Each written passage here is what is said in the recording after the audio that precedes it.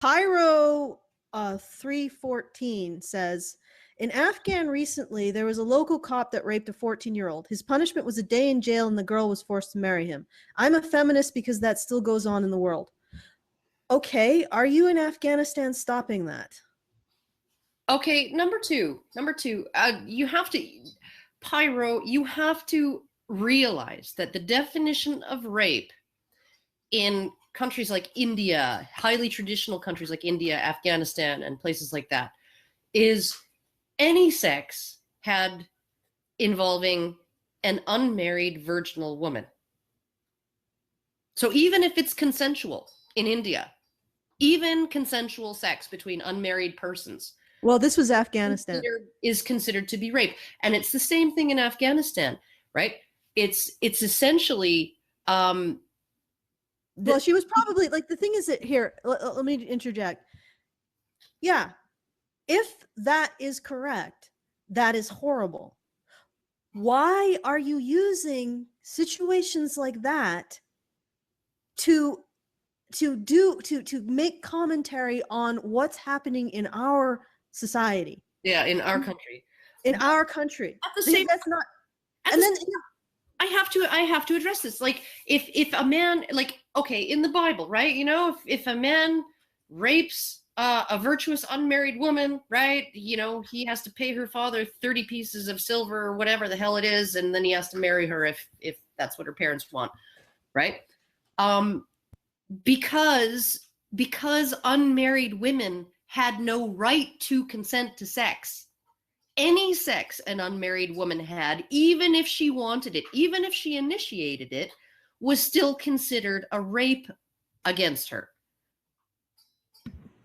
Okay, and so first of all, we're dealing with issues of what constitutes rape, because often what they would refer to as rape would be actually consensual sex with the male that the parents didn't approve of. But yeah, in this circumstance, Pyro, did you know, and I want you to answer in chat, did you know that it's epidemic raping boys in Afghanistan?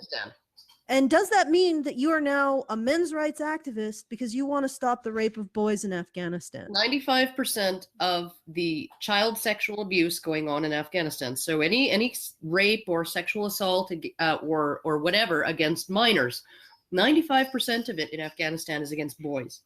Okay, so now that we've given you a statistic, Pyro, we expect that you are going to tell us that because there's such a high rate of rape of boys in Afghanistan and nobody seems to care about it, there isn't an organization in there caring about it. Soldiers have been ordered to ignore it.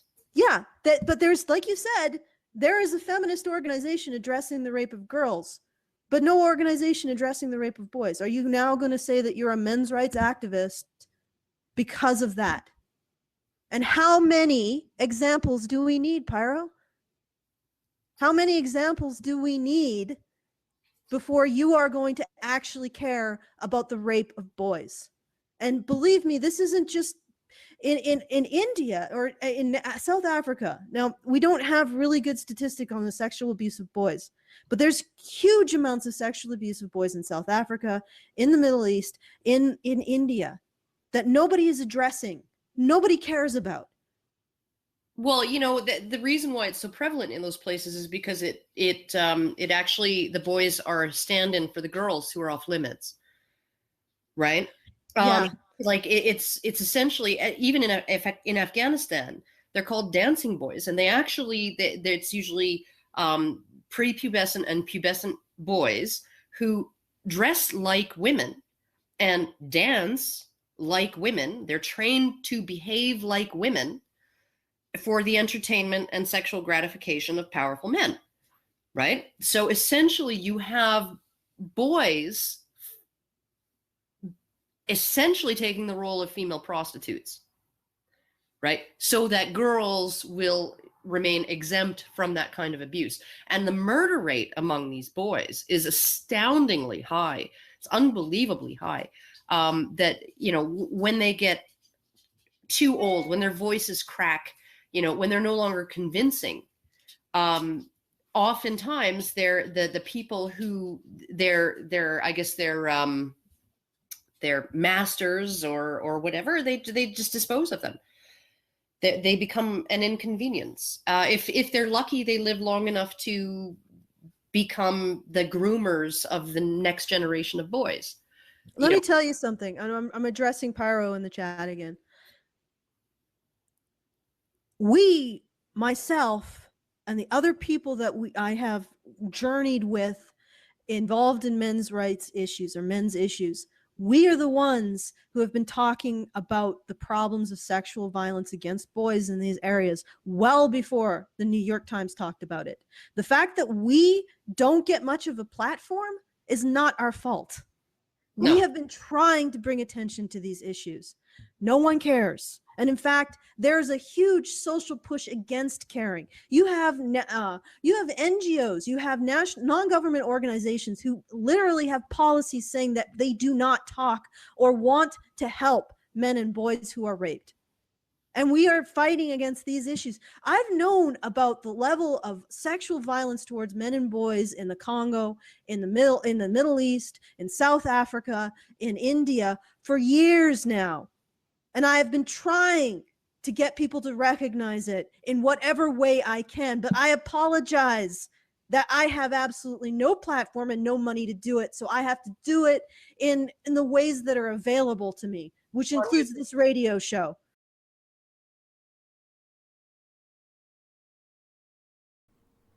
What's your evidence, by the way, that Islam is not just misanthropic, but specifically misogynistic? They throw acid on women. Guess what? They throw acid on men. They genitally mutilate women. Guess what? They genitally mutilate men. They stone women. Guess what? They stone men more than they stone women. Grr. What? Yeah. Any punishment they have for women is at least twofold for men. Women are legally considered half a man. Yes. And what does that mean, practically speaking? It means men get punished at least twice as harshly as women for the same crimes. Just like over here. But Muslimogeny! Women aren't allowed out of the house, especially when there's a war going on. Yes, and men aren't allowed to stay in the house, especially when there's a war going on. But Muslimogeny! Men are allowed 4 wives. Yes. Which leaves the remaining 3/4 of men with no wives. And they get stoned for fornicating with a woman, and thrown off buildings for fornicating with men. And they're not even allowed to masturbate. Whereas women who want to marry other women have no difficulty landing themselves in a marriage with 3 other women. And all the children they can brainwash. And a man who's out of the house all day working his ass off to provide for them, as demanded by Sharia. But Muslimogeny!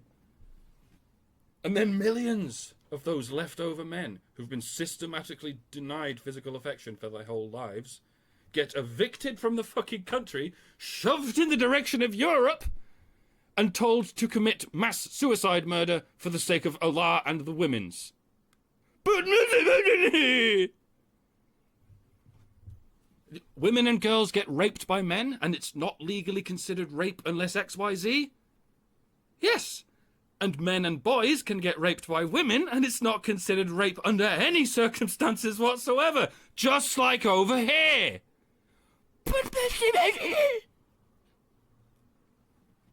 Every example you come up with of women being mistreated in the Middle East is nothing but an orphaned statistic that relies on ignoring the equivalent or worse mistreatment of men.